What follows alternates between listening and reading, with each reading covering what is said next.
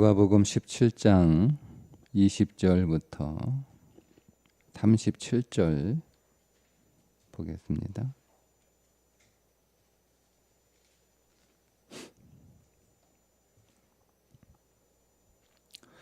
바리새인들이 하나님의 나라가 어느 때에 임하나이까 묻거늘 예수께서 대답하여 이르시되 하나님의 나라는 볼 수 있게 임하는 것이 아니요 또 여기 있다 저기 있다고도 못하리니 하나님의 나라는 너희 안에 있느니라. 또 제자들에게 이르시되 때가 이르리니 너희가 인자의 날 하루를 보고자 하되 보지 못하리라. 사람이 너희에게 말하되 보라 저기 있다 보라 여기 있다 하리라. 그러나 너희는 가지도 말고 따르지도 말라. 번개가 하늘 아래 이쪽에서 번쩍이며 하늘 아래 저쪽까지 비침같이 인자도 자기 날에 그러하리라. 그러나 그가 먼저 많은 고난을 받으며 이 세대에게 버림바 되어야 할지니라. 노아의 때에 된 것과 같이 인자의 때에도 그러하리라. 노아가 방주에 들어가던 날까지 사람들이 먹고 마시고 장가들고 시집가더니 홍수가 나서 그들을 다 멸망시켰으며 또 롯의 때와 같으리니 사람들이 먹고 마시고 사고 팔고 심고 집을 짓더니 롯이 소돔에서 나가던 날에 하늘로부터 불과 유황이 비오듯 하여 그들을 멸망시켰느니라. 인자가 나타나는 날에도 이러하리라. 그날에 만일 사람이 지붕 위에 있고 그의 세간이 그 집 안에 있으면 그것을 가지러 내려가지 말 것이요 밭에 있는 자도 그와 같이 뒤로 돌이키지 말 것이니라. 롯의 철을 기억하라. 무릇 자기 목숨을 보존하고자 하는 자는 잃을 것이요 잃는 자는 살리리라. 내가 너희에게 이르노니 그 밤에 둘이 한 자리에 누워 있음에 하나는 데려감을 얻고 하나는 버려둠을 당할 것이요 두 여자가 함께 맷돌을 갈고 있음에 하나는 데려감을 얻고 하나는 버려둠을 당할 것이니라. 그들이 대답하여 이르되 주여 어디 오니이까? 이르시되 죽음 있는 곳에는 독수리가 모이느니라 하시니라. 아멘.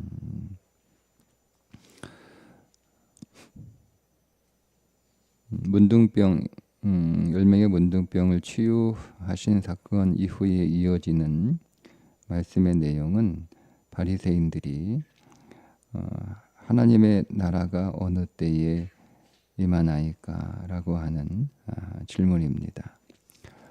이것이 맥락 안에서 누가복음이 쓰여지고 있는 맥락 안에서 앞에 나병 환자들의 치유 사건 이후에 이 말씀이 이어지는 그 맥락 안에서 보면 나병이 치유되지 않으면 하나님 나라를 볼 수도 없고 그 나라에 들어갈 수도 없고 그 나라를 깨달을 수 없다는 것을 가르치는 말씀으로 보이기도 합니다. 왜냐하면 나병은 그리스도께로 돌아오지 않는 거죠. 10명의 나병 환자가 치유를 받았으나 한 명만 돌아오고 나머지 9은 어디 있느냐 이렇게 물으시잖아요. 그러니까 우리의 나병이 치유되어야 되는데 예수님이 내 질병을 고친다는 믿음은 있어요. 그러나 9명의 믿음은 예수님을 우리의 문제를 해결하는 예수님으로만 이해를 한 거죠.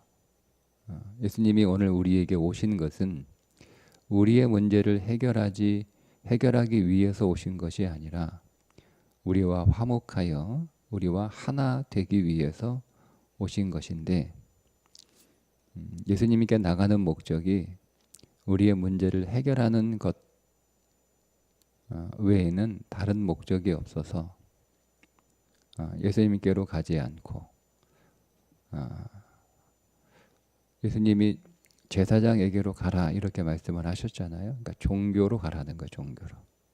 근데 종교로 가다가 자신의 문제가 해결된 것을 알고 하나님께 영광을 돌리며 감사하여 주께로 돌아온 자는 한 명밖에 없다는 거예요.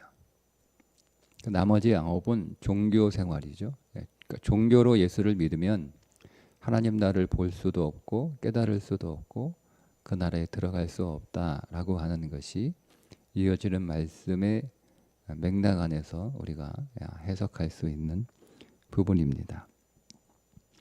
그래서 우리가 종교로 믿으면이죠. 종교로 믿으면 그게 바리새인들의 신앙이잖아요.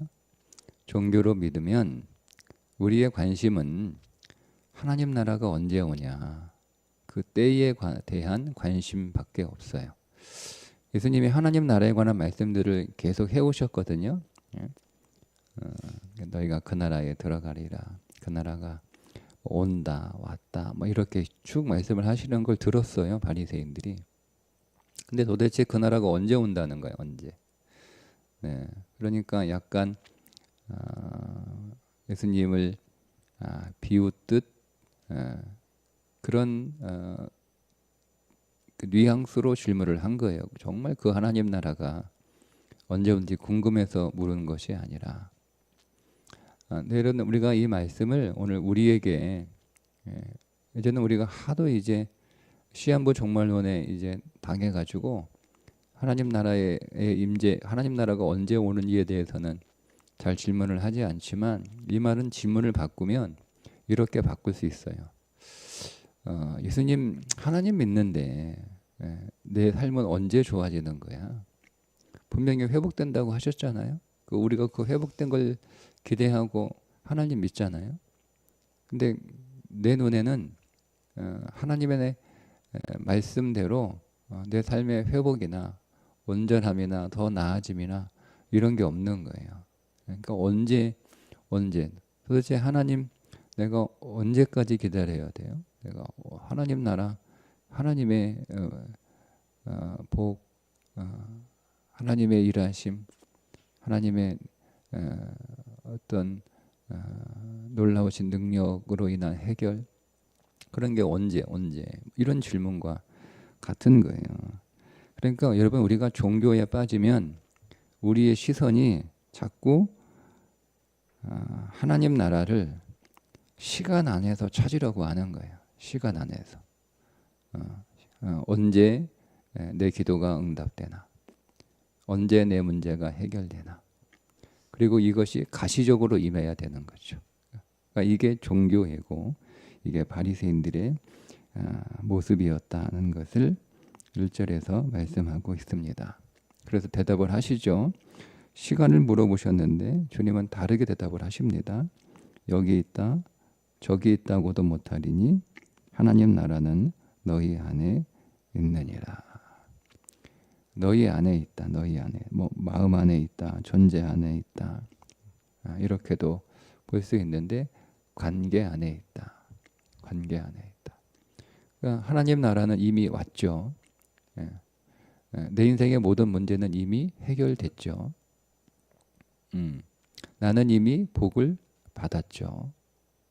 그게 누굽니까? 그게 그리스도예요. 그리스도 안에 그리스도가 내 안에 오시면 이미 내 인생의 모든 문제가 다 해결된 거예요. 그분은 만유이시니까 만유이신 그리스도가 내 인생에 오셨고 만유이신 그리스도 안에 내가 들어가 있으니 이제 내 인생의 모든 문제는 끝난 거예요. 그리스도가 우리 인생의 모든 문제에 그리고 모든 질문에 모든 의문의 해답이시죠. 그분은 우리의 모든 삶에 이미 다 답을 주신 거예요. 그분이 답이에요. 예수 그리스도가 답이에요. 예수 그리스도가 이제 우리 삶의 모든 문제의 종결이에요. 예수 그리스도가 오늘 우리가 받을 모든 복의 총체예요. 그러니까 이것을 보지 못하고 종교로 믿으니까 우리가 여전히 내 안에 있는 어떤 문제들, 어떤 의문들 이런 것들에 대한 질문을 계속하게 되는 거죠. 그러니까 그리스도 하나님의 통치, 하나님 나라는 하나님의 통치거든요. 하나님의 통치가 이미 오늘 우리 안에 있어요. 이미 임했단 말이에요. 근데 우리가 그 하나님의 통치 안에 순종하지 않잖아요. 다스림, 그분의 통치의 다스림을 내가 거부하면서 언제 하나님 나라가 임하냐. 그러니까 이거는 굉장히 모순된 질문이에요. 하나님 나라가 무엇인지 일단 모르는 거예요. 모르는 거예요. 예, 시한부 종말론 때 뭐 지금도 뭐 그런 거기 넘어가서 사는 사람들이 뭐 적지 않은데 우리가 하나님 나라를 잘못 이해하고 있는 거예요. 이거 천국을 우리가 천국 뭐 성경에 나온 그게 하나님 나라인데 천국의 번역을 우리가 중국어 성경을 최초에 번역을 해서 자꾸 천국이라고 그러는데 신국으로 번역을 해야 돼요. 신국. 하나님의 나라. 하나님이 통치하신 나라로 번역을 해야 돼요. 천국 그러니까 천당이라는 개념하고 그렇게 다르지 않잖아요. 그죠? 죽으면 천당 간다. 다른 종교에서 하는 얘기잖아요. 우리는 그걸 죽으면 천국 간다. 이렇게 싹 바꿨는데 아니 하나님의 나라예요. 신국. 하나님이 통치하시는 나라. 그 잘못 이해하고 있는 거예요. 그러니까 우리가 어떤 물리적 장소로 이해를 하는 거죠. 물리적인 장소 아니에요. 하나님의 통치가 있으면 그것이 하나님의 나라예요. 그러니까 하나님의 나라가 왜 임하지 않느냐? 우리가 물리적 장소로 보니까 그 나라는 병도 없고 눈물도 없고 고난도 없고 모든 것이 다 풍족하고 모든 것이 다 부족함이 없는 그걸 하나님 나라로 이해하니까 하나님 나라가 아직 내 안에 오지 않은 거죠. 내가 예수 믿어도 내 문제는 여전히 있고 내가 그 문제 때문에 여전히 눈물을 흘리고 있고 근데 도대체 뭐냐 이렇게 생각하는 거예요. 하나님 나라는 하나님의 통치에 복종하는 나라예요. 그분이 왕이시니까. 그러니까 우리가 그분의 말씀과 그분의 통치에 순종하지 않으면서 하나님 나라가 언제 오냐라고 하는 질문은 굉장히 모순적인 질문이고 우리의 신앙과 우리의 신앙이 매우 왜곡되었다. 방향을 잘못 잡았다라고 하는 것을 우리가 이 말씀을 통해서 다시 한번 확인하게 됩니다. 자, 그러면 하나님 나라가 어떤 나라인가를 설명을 해주시는데 25절에 그러나 그가 먼저 많은 고난을 받으며 이 세대에 버림바 되어야 할지니라. 자, 근데 26절과 23절에 이렇게 계속 반복돼요. 인자의 때에도 그러하리라. 그러니까 노아의 때에 된 것처럼 인자의 때도 그러하리라. 30절에 보면 인자가 나타난 날에도 이러하리라. 앞에 롯이 소돔에서 나가던 날에 하늘로부터 불과 유황이 비오듯 하여 그들을 멸망시켰느니라. 인자가 나타난 날에도 이러하리라. 그러니까 인자가 받을 고난이 뭐죠? 먼저죠. 고난이 뭐예요? 노아의 때, 그 다음에 롯의 때 당했던 고난이죠. 그러니까 인자의 때에도 그러하리라라고 하는 26절 30절의 말씀 그리고 25절에 고난을 받으며 이 세대에 버림받아야 할지라. 이게 노아의 홍수, 롯의 불과 같은 심판이 있어야 된다라고 하는 거예요. 무슨 말이냐면 우리의 옛사람이 종결되고 우리의 옛 자아, 우리의 육신이 처리되지 않으면 하나님 나라를 볼 수 없고 그것 없이 예수님을 믿으면 종교로 율법으로 예수를 믿는 것이고 하나님 나라는 그렇게 종교와 율법과 자기 수양으로 얻어지는 나라가 아니라는 거예요. 근데 그게 다 섞고 있는 거죠. 율법으로 하나님 나라가 임한다. 율법으로 내가 열심히 하나님 믿으면 내 인생의 문제가 주님의 긍휼을 입어 해결된다. 그거 다 율법이에요. 다 종교라는 거예요. 자기 수양으로 얻어지는 것이 하나님 나라가 아니라는 거죠. 자, 그러면 이렇게 보겠습니다. 27절에 노아가 방주에 들어가는 날까지 사람들이 먹고 마시고 장가들고 시집가더니 홍수가 나서 그들을 다 멸망시켰으며 또 롯의 때와 같으리니 사람들이 먹고 마시고 사고 팔고 심고 집을 짓더니 자 말씀드린 것처럼 이미 내가 예수 믿는 것이 내가 잘 먹고 잘 살고 나의 밭을 내 직장을 내 사업을 내 집을 위해 믿는 거라면 하나님 나라 못 본다는 거예요. 이게 종교죠. 이게 종교. 하나님 나라는 그리스도와의 관계, 그리스도와의 인격적 관계 안에 임하는 거지. 그러니까 우리가 계속 그러니까 노아의 때와 롯의 때 사람들이 심판당한 거 아니에요. 여러분 이거를 단순히 방탕이라고 생각하시면 안 돼요. 우리는 자꾸 윤리적으로 보거든요. 노아의 때 사람들이 방탕했다. 소돔과 고모라가 윤리적으로 문란한 그런 곳이었다. 이렇게 이해를 하는 거예요. 그러니까 우리는 그런 사람들하고 다르다는 거죠. 또 여러분 노아의 시대에 많은 사람들의 삶의 목적이 뭐였냐면 잘 먹고 잘 사는 거예요. 그의 육신이 잘 먹고 잘 사는 거예요. 그의 집이 잘 되는 거예요. 그의 사업이 잘 되는 거예요. 그것 때문에 하나님 믿는 거예요. 근데 잘 되고 있잖아요. 그죠? 그 사람들 잘 되고 있으니까 그렇게 호화로운 삶을 사는 거 아니에요. 그러니까 하나님이 필요 없죠. 소돔과 고모라가 뭐라고 얘기해요? 롯이 볼 때 애국과 같고 동산과 같았다라고 하는 거예요. 그러니까 그 보니까 거기 가면 편하게 잘 살 수 있어 가서 간 거 아니에요? 가보니까 거기는 모든 것들이 다 풍족해. 잘 먹고 잘 살아. 그러니까 하나님이 필요 없는 거예요. 하나님 믿을 필요도 없고 하나님의 말씀이 들리지도 않고 노아 시대에 홍수가 난다라고 얘기하니까 아니 이렇게 내가 사업이 잘 되는데 내가 이렇게 장사가 잘 되는데 내가 이렇게 돈을 잘 버는데 내가 이렇게 잘 나가고 있는데 무슨 소리야? 무슨 홍수? 도무지 이게 안 들리는 거죠. 그러니까 그런 것들이 처리되지 않으면 하나님 나라 온전히 보지 못한다. 그러니까 바리새인들이 그다음에 9명의 치유받은 나병 환자들이 그들의 문제가 해결되고 그들이 잘 살고 그들이 제자에게로 가는 그 종교, 그들의 그 신앙이 종교라는 거예요. 그죠? 잘 먹고 잘 살고 평안하고 고통 없고 고생하지 않고 날마다 즐겁고 날마다 노래할 수 있는 그런 삶. 그게 하나님 나라가 아니고 그리스도와의 인격 안에서 그분과 친밀하게 교통하고 그분을 더 알고 그분을 보배로 여겨. 그분이 보배잖아요. 보배를 얻었으니까 다 얻은 거 아니에요? 다 얻은 거 아니에요? 밭에 감추인 보화를 발견하여 그거를 숨겨두고 돌아가 자기의 모든 것을 다 팔아 그 밭을 산다라고 할 때 그 말씀을 좀 더 확장해서 우리가 읽으면 내가 가지고 있는 모든 것들을 다 팔아 다 처분했다잖아요. 처분. 보화를 발견했으니까 모든 것을 처분한 거 아니에요? 그죠? 그 처분 안에 우리의 모든 재산 안에 그저 좋은 것만 재산으로 여기지 말고 우리의 슬픔도 우리의 재산이에요. 내가 가지고 있으면 우리의 눈물도 우리의 재산이에요. 우리의 고통도 우리의 고민도 우리의 재산이에요. 우리의 욕망도 우리의 재산이잖아요. 그거를 다 처분했다는 거예요. 그 밭을 내가 사기 위해서 다 처분하는 거예요. 그러니까 내가 가지고 있는 좋은 것만 처분하지 말고 내게 있는 모든 것들을 다 처분하는 거예요. 다.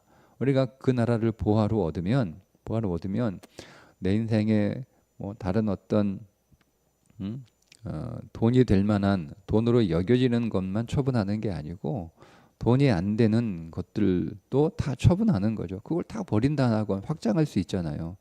내가 보화를 얻었으니까 더 이상 눈물도 없고 여러분 우리가 보화를 얻기 위하여 눈물을 흘리고 수고하고 그게 안 되니까 고통스럽고 아픈 거 아니에요?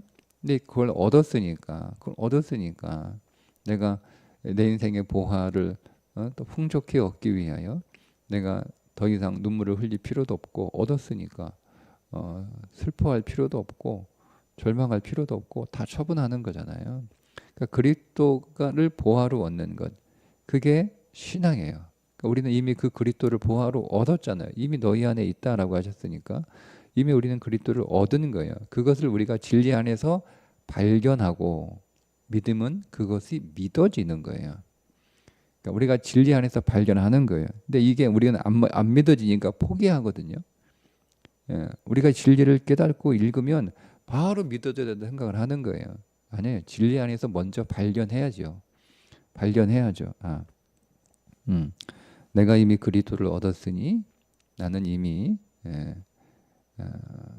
하나님의 나라가 내 안에 임한 것이고 이제는 그 나라 안에서 내가 지금 살고 있다라고 진리를 얻은 거예요. 진리를 이제 그게 안 믿어지니까 그것이 믿어지는 삶이 신앙생활이에요. 그것이 믿어지는 삶이.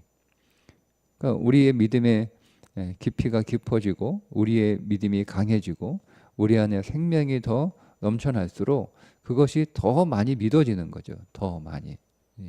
믿음이 약해지는 건 그것을 우리가 진리로 이해하고 있지만 지식으로 우리가 알고 있지만 그것이 더 믿어지지 않는 거죠.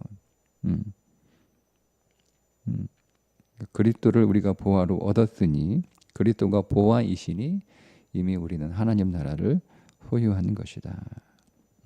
그래서 이제는 육신으로 돌아가지 않는 거죠. 31절에 그날에 만일 사람이 지붕 위에 있고 그의 세간이 그 집 안에 있으면 그것을 가지러 내려가지 말 것이요 밭에 있는 자도 그와 같이 뒤로 돌이키지 말 것이니라. 그러니까 이거를 마지막 주님이 임재하시는 날에 주님이 다시 오시는 날에 이루어질 어떤 재난처럼 이렇게 해석하면 이 말씀이 우리 안에 전혀 감동이 없어요. 그날이 오지 않았으니까. 그러면 뭐 이날 지금 어느 나라에 막 화산 터지는 것처럼 막 우리나라에 화산이 막 터지고 막 백두산 화산 터져가지고 막 이렇게 재난이 당하고 막 땅에 요동하고 막 지진 나가지고 다 건물이 무너지는 그럼 그 날이 돼야 이 말씀을 적용하겠네요. 그건 아니잖아요. 이 말씀은 지금 적용할 수 있어야 되는 거예요. 그래서 어거스틴이 이걸 어떻게 해석을 했냐면 진리의 지붕 위에 있다면 지붕에서 내려가지 말라는 말씀을 진리의 지붕 위에 있으면 얕은 진리로 내려가지 말라 이렇게 해석을 했어요. 즉 지붕은 영적 생활이고 그 아래는 육적인 생활이라는 거죠. 영적인 생활은 그리스도의 영 안에서 사는 생활이고 육적이라는 것은 내 고집, 내 의지, 내 탁월한 습관, 내 방식대로 사는 것을 가리키는 것이다. 심지어 육신적인 신앙생활도 육적인 거다. 이렇게 해석을 합니다. 율법과 노력으로 애쓰고 수고하는 것이 육적인 신앙생활. 그래서 이런 옛 재산, 옛 율법을 가지러 다시 집 안으로 들어가지 말고 우리는 이미 지붕 위에 있으므로 그리스도의 더 높은 진리를 추구하라. 이렇게 해석을 합니다. 그러니까 우리는 이미 우리의 모든 육신, 우리의 모든 옛 것은 다 그리스도 안에서 끝났으니까, 다 처리되었으니까 다시 그 옛 율법의 신앙으로 돌아가지 말고 자기 스스로 의를 얻으려는 자기 의의 신앙으로, 자기 노력의 신앙으로, 자기 수련의 신앙으로 돌아가지 말고 이미 얻은 의를 감사하며 그 의로우신 예수 그리스도가 우리 안에서 일하실 것을 기대하고 그분이 일하실 때 내가 그분에게 계속 복종하고 순종하는 경건의 연단을 통하여 이제는 나도 의로운 존재가 되는 그 더 높은 차원의 신앙에 계속 머물러 있어서 더 전진하라는 거예요. 근데 우리는 그리스도를 진리 안에서 만나고 경험했음에도 불구하고 여전히 옛 율법과 옛 신앙에 머물러 있다라고 하는 거죠. 31절에 롯의 첫 기억하라라고 하는 것은 롯의 첫은 뭐예요? 이미 소돔과 고모라가 끝났는데 뒤를 돌아보 아쉬워하잖아요.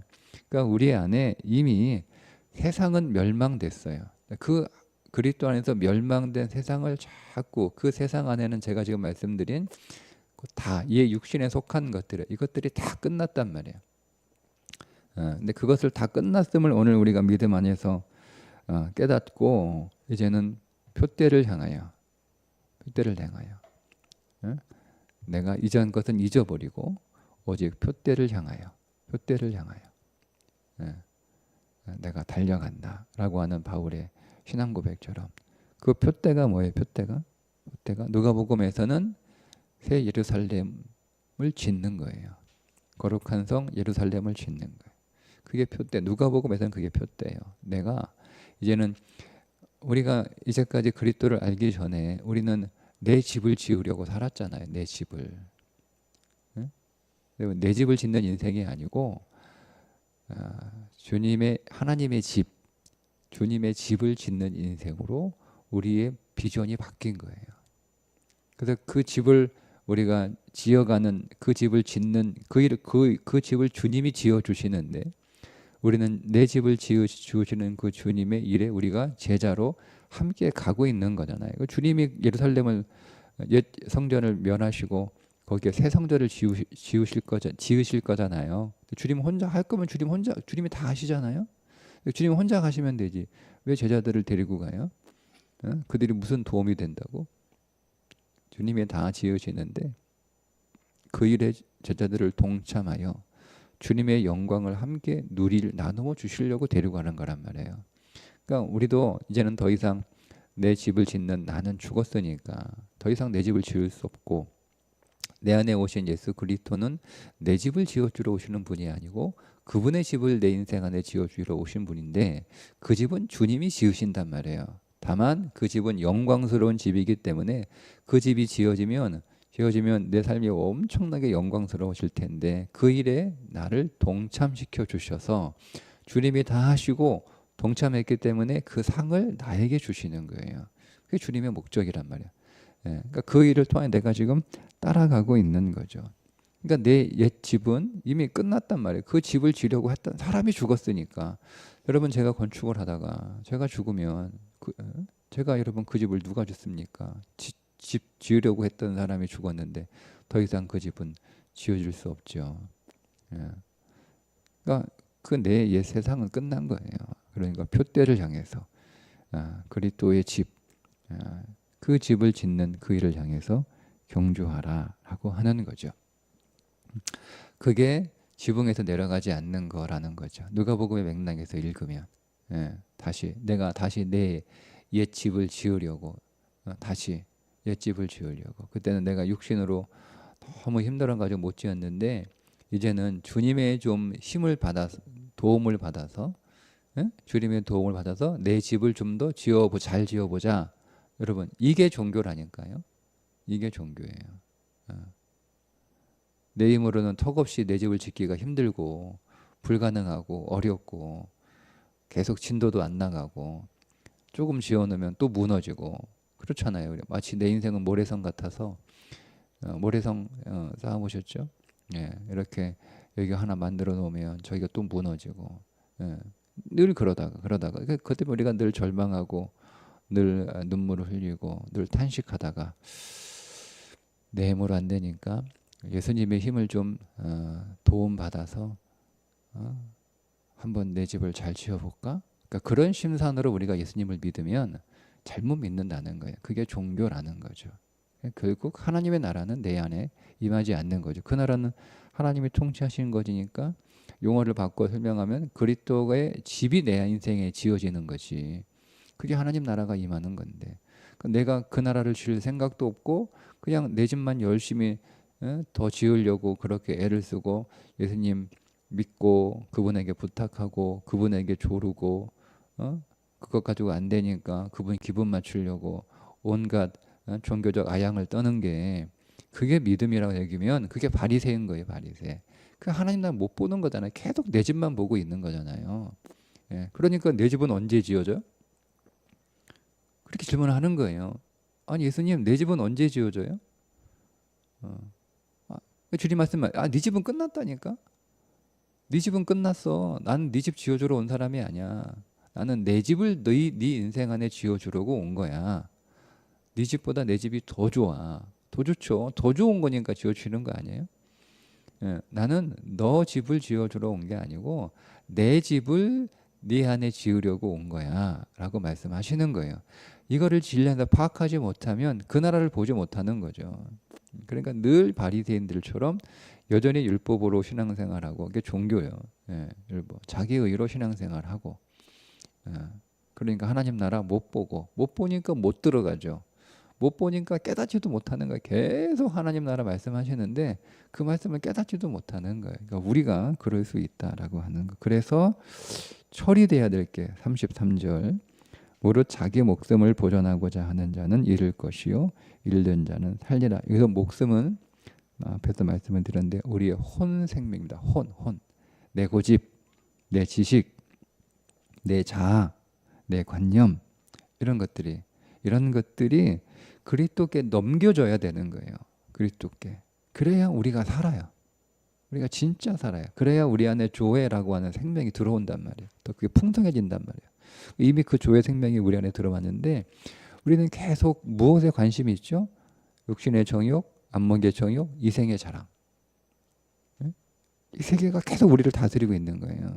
우리는 그것에 순종해서 육신의 정욕, 내가 좀 얼마나 더 편하게 살까? 얼마나 내가 사람들에게 좋게 보여질까? 이생의 자랑, 그게 살림살이잖아, 살림살이. 집이 더 커지고 돈이 더 많아지고 더 잘 입고 더 잘 먹고 여행도 가고 캠핑도 가고 이런 삶을 살아가는 거 크게 갚는. 그게 자아야, 그게 자아.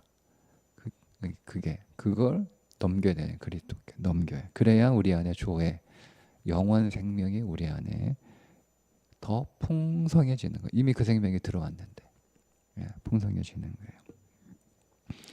자, 34절 또 다시 자세하게 설명해 주시는 거예요. 자, 내가 너희에게 이르노니 그 밤에 둘이 한 자리가 한 침상이거든요. 둘이 한 침상에 누워 있음에 하나는 데려감을 얻고 하나는 버려둠을 당할 것이요. 자, 침상은 뭐죠?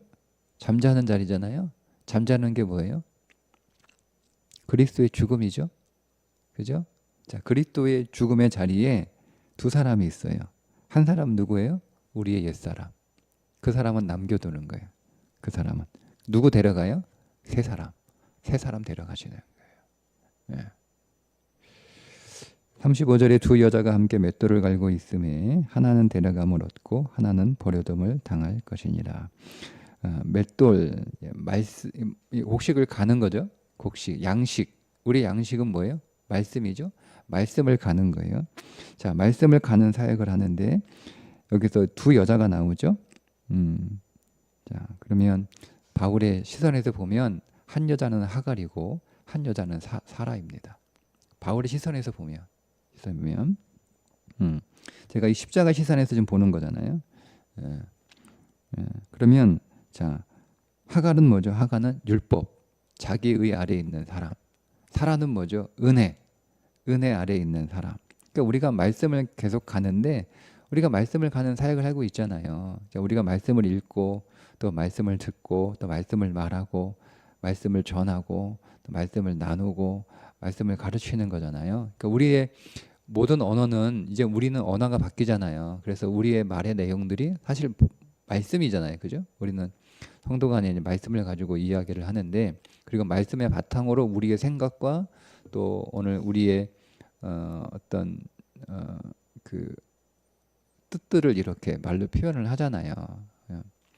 근데 우리 안에 두 가지 언어가 있는 거죠. 하갈의 언어가 있고 사라의 언어가 있는 거예요. 하갈의 언어는 뭐예요? 율법의 언어예요.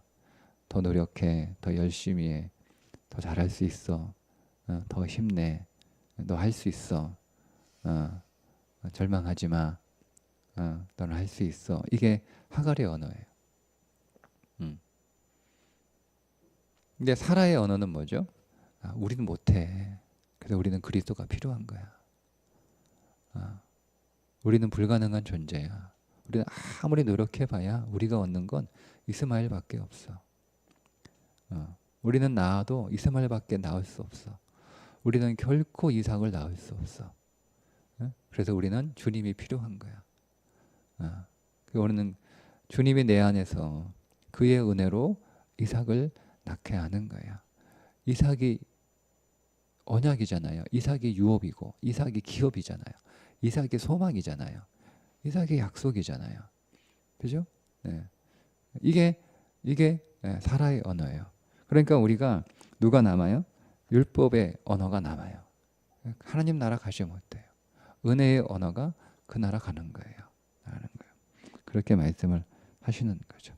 그러니까 쭉 오늘 이 말씀 단지는 이번 시한부 종말론의 관점에서 다시 오실 주님의 사건을 이 말씀을 읽으면 우리가 이 말씀을 현재 오늘 우리의 삶에서는 왜곡하기가 쉬워요. 그렇게 읽지 말고 이미 오늘 우리에게 임한 하나님의 나라 그리스도가 우리 안에 이미 오셨어요. 하나님 나라는 그분과 더 인격 안으로 들어가는 것이고, 그래서 그분의 인격의 통치 아래 머무는 거예요. 인격의 주님이 오늘 우리를 통치할 수 있는데, 여러분 제가 두 아들을 통치하잖아요. 그죠? 근데 제가 막무가내로 통치할 수 있잖아요. 잔소리 말고 하라면 해. 이거 하지 마. 이렇게 할 수 있잖아요. 근데 인격의 통치는 뭐예요? 알려주고 설명해주고 이해시켜주고 그것이 그도 이해가 돼서 그가 아버지라는 권위와 힘에 의해서 억지로 하는 게 아니고 아버지를 신뢰하고 아버지를 존중하고 아버지를 사랑하고 그 사랑을 믿는 확신과 신뢰 안에서 나 좋으라고 말씀하시는 거구나 라는 그게 인격이잖아요. 그분의 통치가 인격의 통치란 말이에요.